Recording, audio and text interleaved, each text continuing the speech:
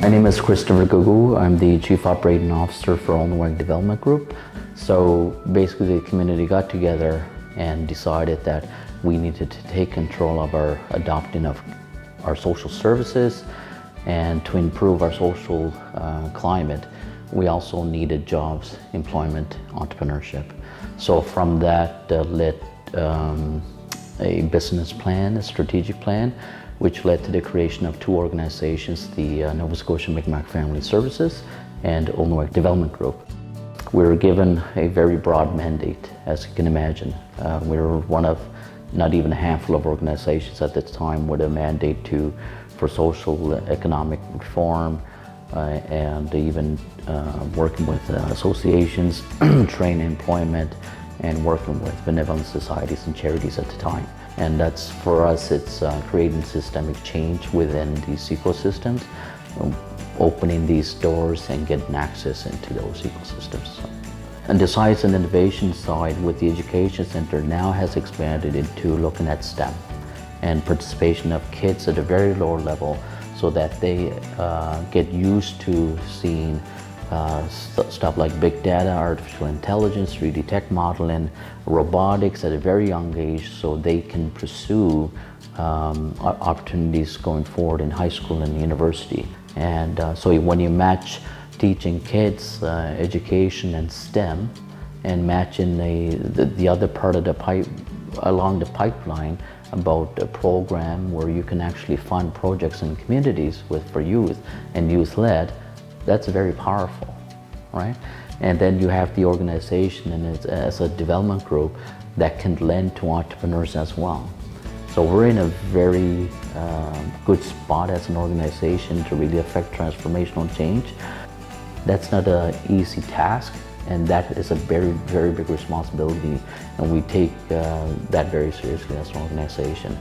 What was life like back 500-600 years ago? What were the aspirations of our people? What were the aspirations of the settlers? You know, it wasn't about butting heads. It was about cooperation and working together and living in a sustainable way. And we've lost that, right? So my goal is to bring that back and work with communities, work with non-Indigenous communities and their networks, and to bring them back that sustainable way of life, and through science, through education. So it's exciting, yeah. So those are the things where we try and live what we've been taught in our Indigenous ways of knowing as an organization. And that's what Ulnooweg is. The Ulnooweg, the word, it actually means living by your ways of knowing and being as a Nono, as a Mi'kmaq person. And so that's what we've used, that kind of motto and teachings within 3 organizations. Yeah. So my name is Jasmine Seeley. I am the Partnership and Outreach Coordinator on the EleV team. Within the EleV team, it is a partnership between MasterCard and the foundation. So it's a 5-year commitment and partnership that's been established, and so our role as a team is to essentially support Indigenous youth in breaking down systemic barriers. I do feel, as like an Indigenous person myself, there are a lot of gaps within charity, like the philanthropic sector and the stuff that happens within community, and it opens a lot of doors to be able to have access to different things, like the program that I'm part of.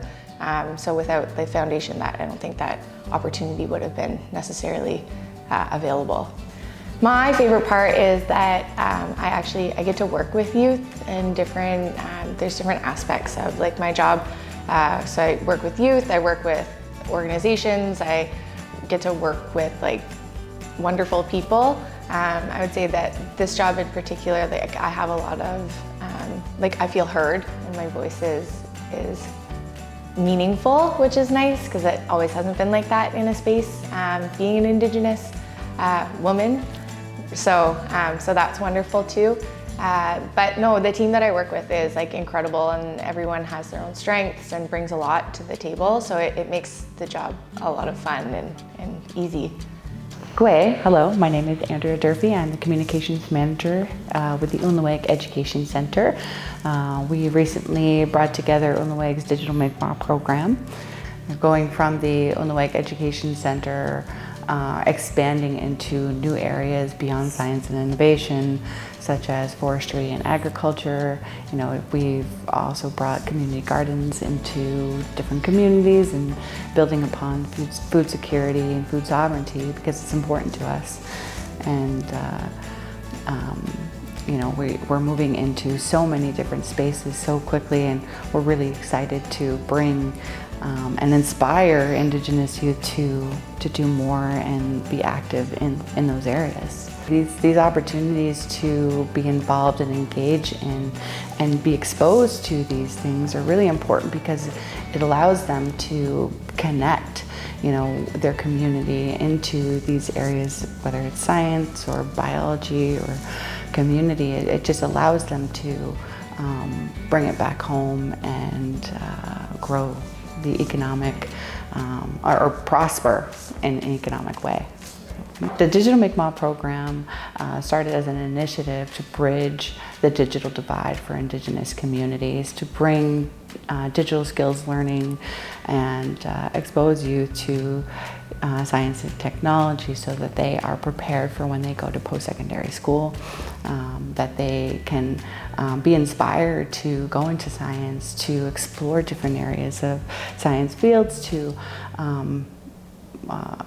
it will eventually lead to building more representation within those fields that are currently underrepresented. I think access to education is really important for Indigenous youth and community. These types of fields represented in your community are important. You know, we've worked to bring laptops and computers into schools. We've built maker spaces in 13 of the communities in Nova Scotia so that kids have free access to to robots, to 3D printers, so that they can, you know, not only learn about these systems while we deliver them in the schools, but also go into these spaces to activate any ideas that they might have. You know, when they're like, we're doing science and it's so exciting, and you know, they are so just ready and willing to learn more, and it's really fascinating to see. I'm Lindsay Peach, and I'm the Executive Director of Tajikeimik, the newly developing Mi'kmaq Health and Wellness Authority that will transform the health and wellness of Mi'kmaq communities in Nova Scotia.